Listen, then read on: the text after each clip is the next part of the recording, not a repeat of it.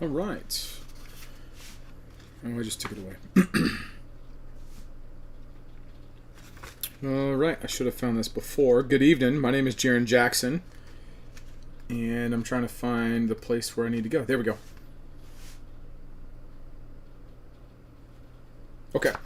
Good evening. My name is Jarrin Jackson, and I love America. I am a Republican candidate in the Oklahoma runoff for State Senate District Number 2. This evening, we're going to be talking about parental rights. After the topic concludes, you can call me on this phone at that number, 918-845-9555. Preference, priority goes to people who actually live in the district, people who want to ask questions of me. If you live in this district, I'd ask for your vote on August 23rd, not June 28th.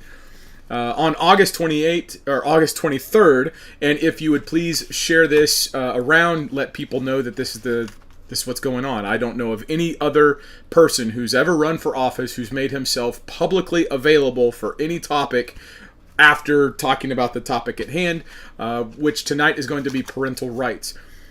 So I have to begin at the very beginning before we just talk about this. I am a Bible-believing Christian. I build my worldview on the Word of God, which I believe is the Bible. But I want to start with the Constitution today, or excuse me, we're going to start with the Declaration of Independence. We have to understand where rights come from when we talk about parental rights. I think parental rights right now in our culture are incredibly pertinent, powerful, critical, not only for the preservation of our families and the defense of what I believe is morally good, but also to push back and to go on offense against people that I believe are asserting destructive worldviews on purpose for all sorts of motives that we are seeing today. I think much of what I see in the open sphere in our culture is devastating. I think it's sad. I think it's tragic. And as a father of young children, I don't want my children inheriting or engaging a culture that we have today. With that, I would much rather talk about the gospel of Jesus Christ. As someone who's running for public office, I think we need to ground our values here in a political argument, which is what I'm going to do this evening. So the Declaration of Independence, second paragraph says, quote, "This is the thesis of America. This is the thesis of America. We hold these truths to be self-evident that all men are created equal, that they are endowed by their Creator with certain inalienable rights, that among these rights are life, liberty, and the pursuit of happiness, that to secure these rights, governments are instituted among men, deriving their just powers from the consent of the governed, that whenever any form of government becomes destructive to these ends, it is the right of the people to alter or to abolish it, and to institute new government, laying its foundations on such principles and organizing its powers in such form." The idea is that our Creator God gives us rights. We have a good, gracious, loving God. That's what the founders believed. They believed that Creator God, who created all things, gives people gifts. Those gifts are rights. And because God the Father created everything, He gives those people those rights. So your rights, according to the Founding Fathers, Declaration of Independence, your rights come from God. That's not me, Thomas Jefferson, that's the Founding Fathers. Ahistorical, revisionist arguments aside, the Declaration of Independence clearly invokes a Creator God giving people rights. So we're going to go with that. So with that, I believe that you have to understand that because rights come from God, they come from an order. You, receiving those rights, have the liberty to choose what you do with those rights. So your liberty is not just the freedom to do whatever you want. Your liberty is to use what you've been given how you choose. Now, we can get into a moral argument that you should use that to reflect back to the order, to honor God, to love others, to serve, and that's what I believe. From a political perspective, the Constitution, here's the political argument. The Constitution recognizes that government exists to defend rights. The Declaration specifies that the Creator gives people rights. The Constitution does not include the word parental rights. I'm in Oklahoma. I'm running for Oklahoma. I'm a Republican state Senate candidate in the runoff here on August 23rd. Ask for your vote. There is no parental rights in the Oklahoma Constitution. Now, that is not a bad thing. I actually think that's a good thing. Because the Constitution, the 9th and 10th Amendment, specifically says that if the federal government is not granted the power in the Constitution then the federal government cannot action on that. It can't use whatever power to legislate or to affect those things. This is something that's called a negative right. The government does not have the power to do something that it's not authorized to do. That's the beauty and the rationale of our limited government system. Understand, limited government comes from the biblical concept of self-control. You first self-govern, that's self-control, and then you can self-rule. When you self-rule, that's why we have a republic and not a democracy. Republics are for people that self-govern. Republics assume and imply self-control. If you have no self-control, then you have might makes right. That's the majority. That's the democracy. So we are a religious people. We are a Christian people, or at least we used to be. And as a result of that, we have received the benefits of the worldview that recognize God exists. He created everything. He makes people in his image, and he gives them good gifts that government cannot take away. So with that, because the Constitution doesn't mention parental rights, and the Oklahoma State Constitution doesn't mention parental rights, whenever I use the word parental rights, I'm actually already starting to configure an idea in your head that doesn't exist on our Constitution or in our Constitution. We got to be very careful about that, because when politicians or anybody running for office throws around the idea of parental rights, it exists, but you need to be very specific about what I'm talking about. Because the Constitution doesn't mention it, and Oklahoma's Constitution doesn't mention it, that means that you go back to where the Creator, who gives us our rights, what the Creator talks about when the Creator talks about those rights. And if you go with me in Genesis chapter 2:24, you have, therefore shall a man leave his father and his mother, and shall cleave unto his wife, and they shall become one flesh. Here is the first formation of the family. It implies one man, one woman marriage. It implies that they stick together, become one flesh, and it implies that there's children. So this is where children come from. We're going to take a 6th grade biology class that's based on truth and science and not culture. But because of that, your family is the building block of society. So parental rights reflects all the way back in Genesis. And because the Oklahoma State Constitution doesn't mention it, and the U.S. Constitution doesn't mention parental rights, we as the people, the citizens, whether you believe in Jesus, whether you believe the Bible or not, you benefit from this order that was the basis, the launch pad for our Constitution and for the Oklahoma Constitution. Does that make sense? You don't have to be a Christian. I mean, you should, but you don't have to be a Christian to benefit from this worldview. You should say thank you to people who love Jesus. But parental rights come from God. And so when we look at parental rights, whether it's to choose a school, what to protect them with, how to educate, where to take them, where to go, the parents, the Oklahoma State Constitution is silent on parental rights. The U.S. Constitution is silent on parental rights. Therefore, all parental rights are reserved and haven't been currently restricted by any form of government if you're in Oklahoma, all the way up to the supreme law of the land. The benefit, and really what I want to try to say, is that you do not get to a child until you go through a parent. You cannot talk about children. A bureaucracy cannot engage a minor until they've gone through what God has ordained in the order that's reflected in our jurisprudence. So if you have a small child here, there is a wall. This wall is the parent, is the guardian, and nothing can come into get that child until it engages that perimeter. This right here is parental rights. This is the order that God has made. You cannot puncture or penetrate this right here. And this, simply put, it presumes that the protection of the child, the provision of the child, is exclusively with the parent. This means education. This means medical care, health freedom. This means travel. This means content that enter their eyes and their ears. This is everything. You do not get the child separate or apart from the parent. So whenever I talk about parental rights, that's the situation that I'm speaking to. I'm not speaking to a legislature that presumes it can penetrate that wall.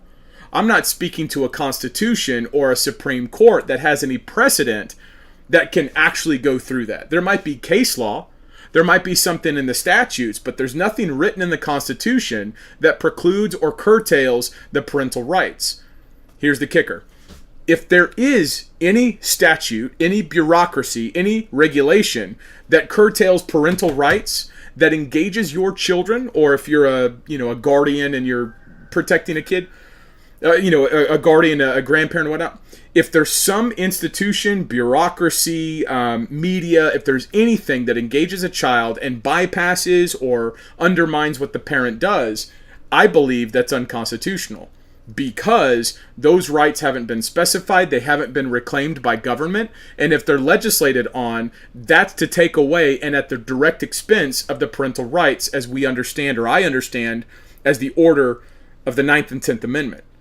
Does that make sense? As God gives the families, and the families have parents, and parents protect the kids, there's nobody that can get to those children until they go through the parents. So any conversation about parental rights must therefore begin with that understanding. If it doesn't, you've substituted something. You've inserted something, whether it's a different value proposition or it's a different moral foundation. This may look like if someone says, well, I don't want kids to learn about the Bible because it's fake, and I don't want those children to grow up to be bigots. Let's assume that's the case. You can make that argument, but you can't make that presumption to change the authority. Just because you might believe that doesn't change the way that the foundation of this country is laid.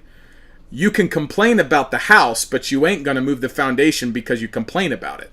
You actually have to do something about it, and at that point, we're having a different conversation. So this gets down to education. This gets down to health freedom. This gets down to basically anything else that has to do with our children. The long story short is, you ain't touching them. Bureaucrats ain't going to touch them. They're not going to force stuff into their bodies unless the parent says okay. The government has no authority to take those children unless there's a demonstrated violation, and even then, that needs to be very specific, very narrow, and highly checked. I want to make sure that parents have all ability recognized, all authority recognized to defend their children. And I'll say one last thing on this before we get to the phones. So you can call this phone 918-845-9555 if you want to call, text. We're not going to go too long. The last thing I'll say on this is, if you recognize that your liberty comes from order, then you have the freedom that's inside that order, that's defined inside that order. Let me find my... Here it is. Let me find this. This is how... So this order, this box, is an order. That's the way that the world is organized. And generally everyone has an order in their head. We can have different orders, but everyone has an order. If you exist inside this order, the founders believed that God made this. And if you are inside what God made, you are, then you have the liberty to go generally wherever you want to go inside of God's order. And as long as you follow that order, that's your liberty. You can choose to do what you want. If, however, you take away this order, and now you just strip down the person to right there, now there's just going to be an authority that's over them. And now this authority is going to tell this person what to do. This direct relationship is the centralization of government. This right here is tyranny. This is oppression. This is privation. And what this turns into is license. So this is any kind of bureaucracy coming from an authority telling the parent what they're allowed to do. So if a central government, a bureaucracy, anything else is telling the parent what to do, that's a license. You are now licensed by that authority to do what you're allowed to do. This is communist China. You can't go there. You can't buy that money. You can't even have money in a bank account because the central authority is telling you that you're not allowed to do it. Your life, therefore, is a license. Your chattel. Your product. You are owned by that authority.